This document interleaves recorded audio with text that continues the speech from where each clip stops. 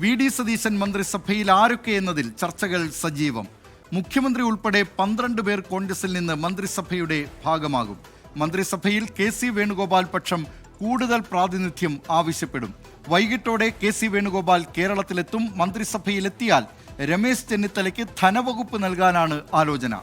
ആഭ്യന്തര വകുപ്പിന്റെ ചുമതല മുഖ്യമന്ത്രി തന്നെ നിർവഹിച്ചേക്കും. മുസ്ലിം ലീഗിന്റെ മന്ത്രിമാർ തിങ്കളാഴ്ച തന്നെ ചുമതലയേൽക്കുമെന്ന് തിരുവനന്തപുരത്തേക്കുള്ള യാത്രയ്ക്ക് മുമ്പ് പി.കെ. കുഞ്ഞാലിക്കുട്ടി തിരൂരിൽ പ്രതികരിച്ചു. ഇന്ന് വൈകുന്നേരം UDF ചേരുന്നുണ്ട്. പിന്നെ മൊത്തത്തിൽ UDF ആണ് തീരുമാനിക്കേണ്ടത്. എല്ലാവരുടെയും ഉണ്ടെങ്കിൽ ലീഗിനും ഉണ്ടാവും. ഞങ്ങൾ തിരുവനന്തപുരത്ത് കൂടുന്നുണ്ട്.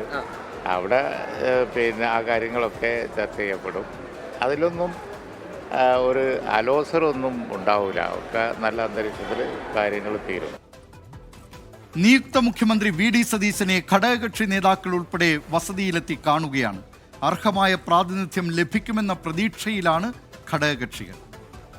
എല്ലാ ഘടകകക്ഷികൾക്കും പ്രാതിനിധ്യം ഉണ്ടാവില്ല. അതൊരു കീഴ്വഴക്കമാണ്. അതൊക്കെ ഡിസ്കഷനിൽ വരുന്നേ ഉള്ളൂ. സമയമുണ്ടല്ലോ.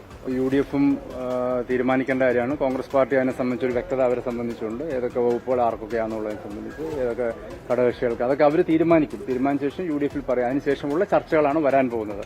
നമ്മളിപ്പോഴേ അതിനെക്കുറിച്ച് പറയേണ്ട സമയമായിട്ടില്ല. വകുപ്പ് മാറ്റം വേണ്ടെന്ന ആവശ്യം നേതൃയോഗത്തിൽ മുസ്ലിം ലീഗ് ഉന്നയിച്ചേക്കുമെന്നാണ് സൂചന. വൈകിട്ടാണ് നിർണായകമായ UDF നേതൃയോഗം. വിവരങ്ങളുമായി തിരുവനന്തപുരത്ത് നിന്ന് റിനു ശ്രീധർ ചേരുന്നു. റിനു ശ്രീധർ, വൈകിട്ട് UDF യോഗം ചേരുകയാണ്. UDF യോഗത്തിൽ വിവിധ ഘടകകക്ഷികൾക്കുള്ള മന്ത്രിമാരെ സംബന്ധിച്ചുള്ള തീരുമാനം എടുത്തേക്കും. അതിൽ ഒരുപക്ഷെ സങ്കീർണമാവുക മുസ്ലിം ലീഗിൻ്റെയും കേരള കോൺഗ്രസിൻ്റെയും കാര്യത്തിൽ മാത്രമാണ്. മുസ്ലിം ലീഗ് 5 മന്ത്രിസ്ഥാനം ആവശ്യപ്പെട്ടിട്ടുണ്ട്. അതിൽ ആ ആവശ്യത്തോട് കോൺഗ്രസ് നേതൃത്വം എങ്ങനെയായിരിക്കും പ്രതികരിക്കുക? 5 മന്ത്രിസ്ഥാനവും നൽകുമോ എന്നത് കാണേണ്ടതാണ്. മറ്റൊന്ന്, കേരള കോൺഗ്രസ് ജോസഫ് വിഭാഗമാണ്. 2 മന്ത്രിസ്ഥാനമാണ് ജോസഫ് വിഭാഗം ആവശ്യപ്പെട്ടിട്ടുള്ളത്. 2 മന്ത്രിസ്ഥാനം നൽകുമോ എന്നതും അറിയേണ്ടതുണ്ട്. അങ്ങനെ വൈകിട്ട് നടക്കാൻ പോകുന്ന UDF യോഗം ഈ 2 കാര്യങ്ങളായിരിക്കും പ്രധാനമായും ശ്രദ്ധാകേന്ദ്രമാകുക. മറ്റൊന്ന്, മാണി സി കാപ്പൻ്റെയും KK രമയുടെയും മന്ത്രിസ്ഥാനമാണ്.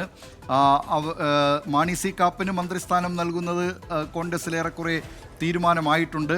KK രമയുടെ കാര്യത്തിൽ UDFിലെ ഘടകകക്ഷിയല്ല, പക്ഷേ UDFുമായി ബന്ധപ്പെട്ട് പ്രവർത്തിക്കുന്ന കക്ഷിയാണ്. KK രമയ്ക്കും മന്ത്രിസ്ഥാനം നൽകണം എന്ന ആവശ്യം ചില കോൺഗ്രസ് നേതാക്കൾക്കുണ്ട്. ഇങ്ങനെ വൈകിട്ട് ചേരാൻ പോകുന്ന UDF യോഗം അത് ഈ നിലയിലൊക്കെ ശ്രദ്ധേയമാവുകയാണ്. റിനു. ദിലീപ് കുമാർ, തീർച്ചയായും വി.ഡി. സതീശൻ മുഖ്യമന്ത്രി ആയി തീരുമാനിച്ചതിന് ശേഷം ഇനി ഏറ്റവും പ്രധാനമായ രാഷ്ട്രീയ കേരളം ഉറ്റുനോക്കുന്നത് ഈ മന്ത്രിസഭയിൽ മന്ത്രിസഭയിൽ ആരൊക്കെയാണ് എന്നത് വൈകുമോ ആ തീരുമാനം എന്നുള്ളതാണ്. എന്തായാലും നിലവിൽ ഘടകകക്ഷികൾക്കടക്കം കൃത്യമായിട്ടുള്ള ഒരു പങ്ക് അല്ലെങ്കിൽ പ്രാതിനിധ്യം നൽകിക്കൊണ്ട് മുന്നോട്ട് പോകാൻ തന്നെയാണ് കോൺഗ്രസ് ഇപ്പോൾ തീരുമാനിച്ചിരിക്കുന്നത്. ഇന്ന് വൈകുന്നേരം ചേരുന്ന UDF യോഗം നിർണായകമാണ് എന്നുള്ളതാണ് ഏറ്റവും പ്രധാനപ്പെട്ട ഒരു കാര്യം. വൈകുന്നേരം ചേരുന്ന UDF യോഗത്തിലായിരിക്കും ഈ മന്ത്രിസഭയിലെ അംഗങ്ങൾ ആരൊക്കെ എന്നുള്ളതിനെക്കുറിച്ച് ചർച്ചയുണ്ടാകുന്നത്. എന്തായാലും UDFിലെ മറ്റ് ഘടകകക്ഷികൾ, ലീഗ് അടക്കമുള്ള ഘടകകക്ഷികൾ മന്ത്രിമാരെ തീരുമാനിച്ചിട്ടുണ്ട് എന്നാണ് വിവരം. അവർക്ക് 5 മന്ത്രിമാരെ വേണമെന്നുള്ളതാണ് നേരത്തെ ആവശ്യപ്പെട്ടിട്ടുള്ളത്. അല്ലെങ്കിൽ അത്തരം ഒരു ആവശ്യം മുന്നോട്ട് വെച്ചിട്ടുണ്ട്. 5 മന്ത്രിമാരെ നൽകാൻ സാധ്യതയുണ്ട് എന്നുള്ള വിവരവും ലഭിക്കുന്നുണ്ട്. അതേസമയം കേരള കോൺഗ്രസ് ജോസഫ് വിഭാഗത്തിന് 2 മന്ത്രിമാരെയാണ് ആവശ്യപ്പെട്ടിരിക്കുന്നത്. ഒരു മന്ത്രിയും ഒരു ചീഫ് വിപ്പ് എന്നീ പദവികൾ നൽകുവാനും ആലോചനയുണ്ട് എന്നുള്ളതാണ്. എന്തായാലും കെ.സി. വേണുഗോപാൽ വൈകുന്നേരം തിരുവനന്തപുരത്തേക്ക് എത്തും. കെ.സി. വേണുഗോപാലിനോട് കൂടി ആലോചിച്ച് കൃത്യമായിട്ടുള്ളൊരു തീരുമാനത്തിലേക്ക് എത്തും എന്നുള്ളതാണ് വി.ഡി. സതീശൻ അടക്കമുള്ളവർ മുന്നോട്ട് വെക്കുന്നത്. ഏറ്റവും ഇതിൽ പ്രധാനമെന്ന് പറയുന്നത് പ്രധാനമന്ത്രി പദങ്ങളായിട്ടുള്ള അല്ലെങ്കിൽ വകുപ്പുകളായിട്ടുള്ള ആഭ്യന്തര വകുപ്പും അതുപോലെ തന്നെ ധനകാര്യ വകുപ്പും അതാരായിരിക്കും ആ മന്ത്രിമാർ എന്നുള്ളതാണ്. രമേശ് ചെന്നിത്തല തന്നെ ധനകാര്യ വകുപ്പ് ഏറ്റെടുക്കാൻ തയ്യാറാകുമോ എന്നുള്ളതാണ് ഏറ്റവും പ്രധാനപ്പെട്ട ഒരു കാര്യം. ആഭ്യന്തര വകുപ്പ് അദ്ദേഹത്തിന് നൽകില്ല. മുഖ്യമന്ത്രി തന്നെ ആഭ്യന്തര വകുപ്പ് ഭരിക്കും എന്നുള്ളതാണ് നമുക്ക് ലഭ്യമാകുന്ന വിവരം. എന്നാൽ ധനകാര്യ വകുപ്പ് രമേശ് ചെന്നിത്തലയ്ക്ക് നൽകി ഒരു സമവായത്തിലേക്ക് പോകാൻ നീക്കമുണ്ട്. പക്ഷേ അദ്ദേഹം അത് ഏറ്റെടുക്കുമോ എന്നുള്ളതാണ് ഏറ്റവും പ്രധാനപ്പെട്ട ഒരു കാര്യം. എന്തായാലും KK രമയ്ക്ക് അടക്കം മന്ത്രിസഭയിലേക്ക് പ്രാതിനിധ്യം നൽകണം.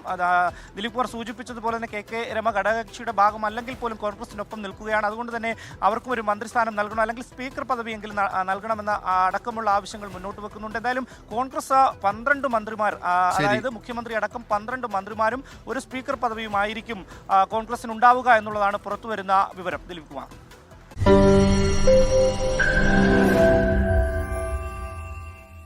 ലോകത്തെവിടെയായാലും ഏത് സമയത്തും 24 വാർത്തകളും ഓഗ്മെന്റഡ് റിയാലിറ്റി പാക്കേജുകളും എക്സ്പ്ലെയിനറുകളും വിശദമായി കാണാൻ ഞങ്ങളുടെ യൂട്യൂബ് ചാനൽ നിങ്ങൾക്ക് സബ്സ്ക്രൈബ് ചെയ്യാം.